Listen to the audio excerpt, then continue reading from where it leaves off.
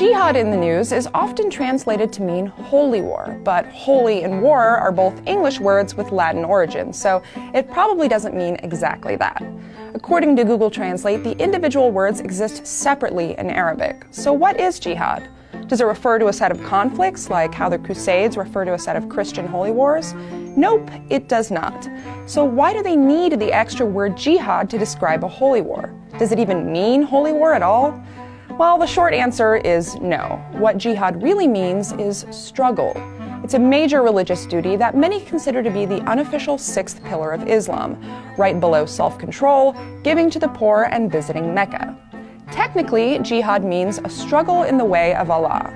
Fringe radical militant groups think that attacking the West is part of that struggle, but the majority of Muslims don't. Most of them are actually opposed to using the word jihad in that way because it associates the word with terrorism. So what does jihad mean to them? Well, in Islam, there are two types of jihad, the outer and the inner. The outer is the kind that defends Islam against outside aggression, like they did in the Crusades. The inner represents the internal spiritual struggle to seek self-improvement in the way of Allah. So basically, it's the struggle to be a better Muslim, both spiritually and in practice. The following passage, which is from a highly debated Islamic text called the Hadith, sums it up pretty nicely. In it, Muhammad says to a band of returning warriors, "You have come from the lesser jihad to the greater jihad, the striving of a servant of Allah against his own desires." So despite the negative attention it gets, jihad can refer to some really wonderful things.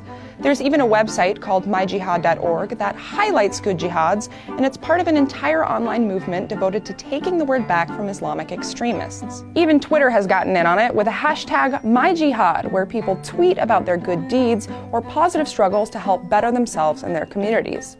Like, "My jihad is to balance work and family life." "My jihad is to challenge society norms and work towards improving our culture."